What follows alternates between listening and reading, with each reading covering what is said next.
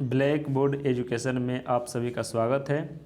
इस वीडियो में हम लेंस मेकर फार्मूला का जो प्रूफ करते हैं उस फार्मूला को उसको बताएंगे। यह काफ़ी महत्वपूर्ण होता है जो 5 नंबर के लिए एग्ज़ाम में पूछता है और साथ ही किसी कंपटीशन में इस आधार पर बहुत सारे क्वेश्चन पूछते रहते हैं, तो इसको बढ़िया समझिएगा।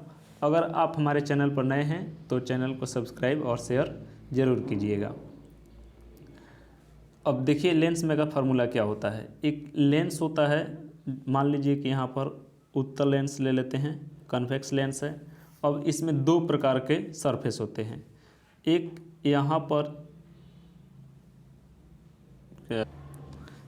यहाँ पर यह 2 मान लीजिए गोला से मिलकर बना है, तो इस साइड को हम मान लेते हैं कि R1 त्रिज्या है और इस साइड को R2 त्रिज्या है, जैसे फिगर में बताए हैं। 2 गोला से मिलकर एक लेंस बना है जिसका त्रिज्या क्रमशः R1 और R2 हो जाएगा। तो इस तरह से इसका रेडियस सेंटर ऑफ कर्वेचर भी C1 और C2 हो जाएगा। अगर मान लीजिए कि O बिंदु पर कोई वस्तु स्थित है, अब एक बार इसका रिफ्रैक्शन हो रहा है और इस साइड जो है μ1 अपवर्तनांक है, हवा मान लेते हैं। तो इसका अपवर्तनांक यहाँ से जब मुड़ रहा है तो डायरेक्ट जो है आई डैश पर जाकर मिलता, लेकिन उससे पहले एक और सरफेस इसमें लगा हुआ है जिसके कारण आई डैश पर नहीं जाकर के आई पर उसका इमेज बनेगा। अब इसको अलग अलग करके देखेंगे तो इसको समझ लीजिए। हमने कुछ मान लिया है कि मान लीजिए कि C1 और C2 सेंटर ऑफ कर्वेचर है, जो लेंस के पतले लेंस के गोलीय सतह है, 2 गोलीय सतह है जिसका सेंटर है C1 और C2 तथा त्रिज्या हो जाएगा R1 और R2, ठीक है। और O पर कोई वस्तु स्थित है, उसका इमेज आई डैश पर बनेगा फर्स्ट रिफ्रैक्शन में, जबकि दोबारा उसका रिफ्रैक्शन होगा तो आई पर उसका इमेज बनेगा। तो यहाँ पर जैसे कि फिगर में दिखाया गया है वैसे बता दिएगा। अब देखिएगा, यदि हम एक साइड का हिस्सा लेते हैं तो पहला हिस्सा जो है इसको लेते हैं, क्योंकि यह इस तरह से बना हुआ है, तो केवल हमने यहाँ पर A, P और B सरफेस को ले लिया है, ठीक है। देखिएगा यहाँ पर जो फिगर में दिखाई दे रहा है A, P और B इस सरफेस को ले रहे हैं।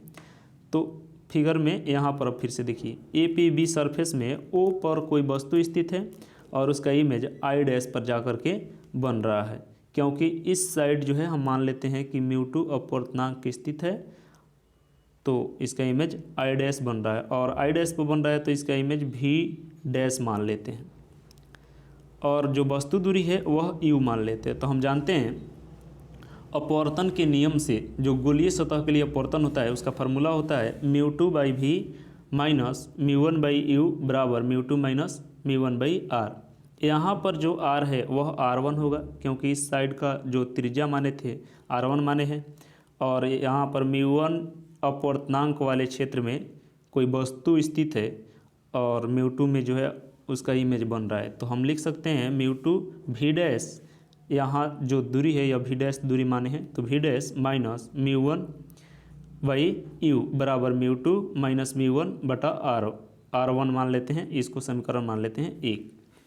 अब दूसरा जो हिस्सा है इस तरह से C और D सरफेस को ले लेते हैं। इस साइड जो A, B, A, P और C जो सरफेस आ रहा था, B सरफेस आ रहा था, उसको छोड़ दे रहे हैं। तो इस साइड को छोड़ दे रहे हैं, तो इसकी त्रिज्या इस साइड R2 है, R2 त्रिज्या है। और इसमें अब वस्तु मान लेते हैं कि μ2 में स्थित है, ऐसा है नहीं, लेकिन हम कल्पना करते हैं कि यह वस्तु जो है μ2 में ही होगा, क्योंकि यह प्रकाश जो है यहाँ से सीधे जब जा रहा है तो आई डैश पर जो इमेज बन रहा है यह लग रहा है कि यहाँ पर कोई वस्तु स्थित है। तो यहाँ पर आभासी रूप से जो है यह जो ऑब्जेक्ट है दिखाई दे रहा है आई डैश पर, लेकिन वास्तव में जो है यहाँ पर वस्तु है नहीं। तो लग रहा है कि μ2 अपवर्तनांक से वस्तु आ रहा है, तो इसका फाइनल इमेज जो बनेगा, जो लास्ट इमेज बनेगा वह आई पर बनेगा और इसको हम मान लेते हैं V बनेगा, जो ऑब्जेक्ट इमेज डिस्टेंस है वह V हो जाएगा। तो जब दोबारा इसका इमेज बने, दोबारा रिफ्रैक्शन हो रहा है तो इसका इमेज बन रहा है आई पर, और यहाँ पर V डैश जो है, जो पहले प्रतिबिंब बना है इमेज डिस्टेंस था, अब ऑब्जेक्ट डिस्टेंस हो जाएगा। तो v डैश जो है ऑब्जेक्ट डिस्टेंस हो गया, और यह वर्चुअल ऑब्जेक्ट जैसा काम कर रहा है, और लग रहा है कि μ2 से आ रहा है। यहाँ पर देखने से आपको लगेगा कि μ1 में है, लेकिन यह μ1 में कोई वस्तु है ही नहीं, यह सीधे यहाँ पर आकर मिल रहा है जो μ2 से आ रहा है, इसलिए वस्तु जो होगा μ2 में स्थित होगा, μ2 अपवर्तनांक में स्थित होगा, और μ2 जो है लेंस का अपवर्तनांक है। तो अब आगे देखते हैं, इस प्रकार से हम लिख सकते हैं μ1 by v minus μ2 by v dash बराबर μ1 माइनस μ2 बाई r2। इसको समीकरण 2 मान लेते हैं।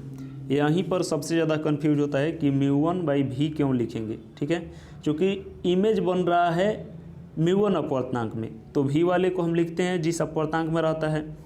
फिर यहाँ पर μ2 जो है इसमें वस्तु स्थित है, और वस्तु आभासी रूप से स्थित है v डैश, तो इसलिए यहाँ पर v डैश को लिखना अनिवार्य है, ठीक है। यह u जैसा काम करेगा, तो μ2 बटा u अर्थात v डैश लिख देते हैं बराबर μ1 माइनस μ2 बाई r2, चूँकि यह इसमें उल्टा ही काम हो रहा है। 2 से प्रकाश 1 में जा रहा है, और 2 में वस्तु स्थित है, और 1 में प्रतिबिंब बन रहा है, ठीक है, इमेज बन रहा है। जबकि इसके पहले जो सरफेस वाला पढ़े हैं, कोई भी सरफेस चाहे कॉनकेव हो या कन्वेक्स, उसमें μ1 में वस्तु है और μ2 में उसका इमेज बन रहा है। तो लेकिन इसमें μ2 में वस्तु स्थित है, इसलिए यह उल्टा लिखा गया है, μ1 बटा v माइनस μ2 बटा v डैश बराबर μ1 माइनस μ2। अब इसको मान लेते हैं समीकरण 2। अब समीकरण 1 और 2 दोनों को जोड़ देते हैं।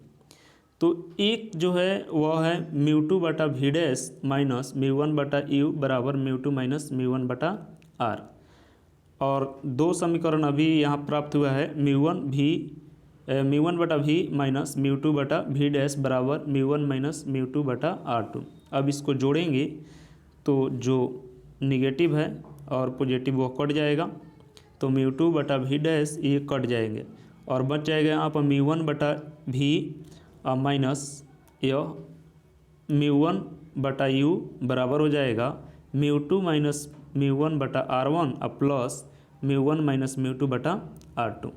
अब इसको थोड़ा और अच्छा से लिखेंगे तो इस तरह से लिख सकते हैं, μ1 को कॉमन ले लेंगे तो हो जाएगा 1 by v minus 1 by u बराबर, यहाँ पर हो जाएगा μ2 माइनस μ1 बटा r1। अब इसमें माइनस चिन्ह से यदि गुना कर देते हैं तो 2 जो है μ2 पहले आ जाएगा और μ1 बाद में आ जाएगा, कोष्ट यहाँ पर दे देंगे तो हो जाएगा μ2 माइनस μ1। अब दोनों एक समान है तो इसमें से कॉमन ले लेंगे μ2 माइनस μ1, और यहाँ बच जाएगा 1 by r1 minus 1 by r2, और यहाँ पर हम जानते हैं 1 by v minus 1 by u बराबर होता है 1 बाई एफ लेंस फार्मूला से, तो μ1 और इंटू 1 बाई एफ हो जाएगा, और बराबर इधर हो जाएगा μ2 minus μ1 into 1 by r1 minus 1 by r2।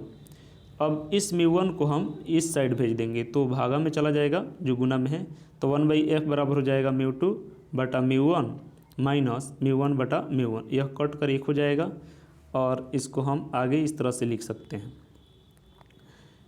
μ2 बटा μ1 minus 1 into 1 by r1 minus 1 by r2, ठीक है।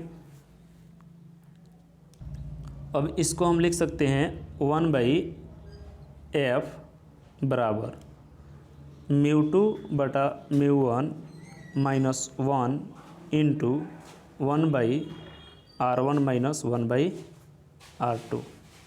तो इस तरह से इसको एक और लिख सकते हैं एक रूप में 1 बाई एफ बराबर 1 μ2 minus 1 into 1 by r1 minus 1 by r2।